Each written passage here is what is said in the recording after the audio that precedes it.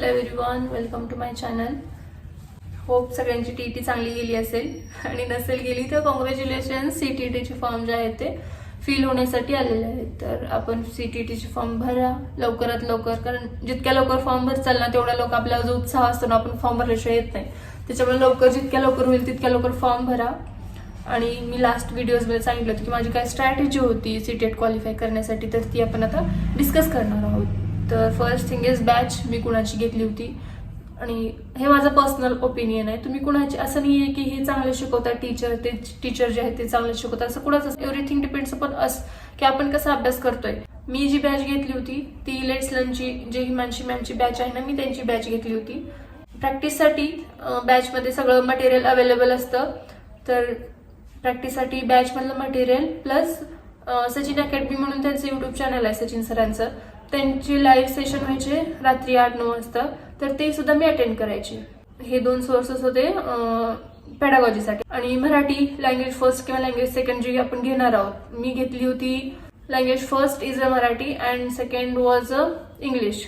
So मला असं वाटलं की मग चूक केली होती इंग्लिश घेऊन, कारण थोडं लेवल जे आहे ना ते हार्डच असतं. वाटतं आपल्याला सेकंड लँग्वेज सोपी असते, पण नाही, सेकंड लँग्वेज पण थोडी हार्डच होती. तर मला वाटलं की म्हणजे हिंदी घेतलं असतं तर बरं झालं असतं, 2-3 मार्काचा फरक तरी पडलाच असता नक्की.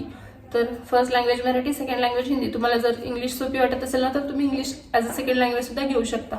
आणि राहिला प्रश्न ग्रामरचा, तर ग्रामर चुकूनही येत नाही, आलं तरी 1-2 मार्काचं ते इझी असतं, आपण इझिली हँडल करू शकतो. त्याच्यामुळे ग्रामरच्या मागं पण लागू नका. टीईटी मध्ये ग्रामरचं म्हणजे खूप मोठा पार्ट आहे, पण सीटीटी मध्ये ग्रामर येत नाही, त्याच्यामुळं टाइम वेस्ट करू नका. आणि सोर्सेस जे आहेत सीटीटी साठी, तर रायझिंग टीचर म्हणून युट्यूब चॅनल आहे, मी त्यांचं स्क्रीनशॉट वगैरे असेल तर मी पाठवते इथं. तर त्यांचं जे आहे ना ते रोज सेशन घेत असतात सीटीटी रिलेटेड, किंवा तुम्ही त्यांचे प्रिव्हियस लेक्चर्स पण बघू शकता.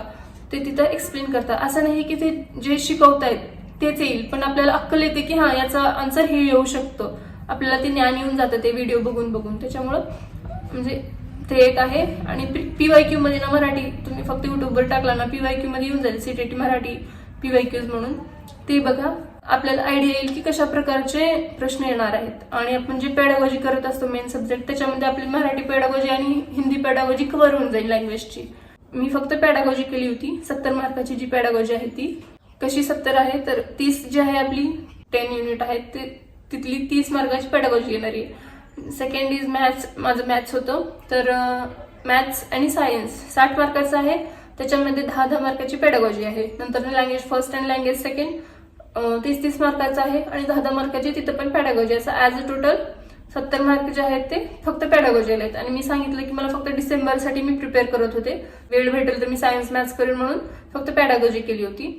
70 मार्क्स ते. नंतर मराठी आपलं चांगलंच असतं, अभ्यास करायची गरज नाही मराठी, तर ते थोडे मार्क्स मराठीचे आणि इंग्लिशचे मार्क्स हे म्हणून मी क्वालिफाय झाले होते. फक्त पॅडागॉजी करायची आपल्याला. जर तुमचं मॅथ्स आणि सायन्स स्ट्रॉंग असेल तर तुम्ही तिकडे लक्ष घालू शकता.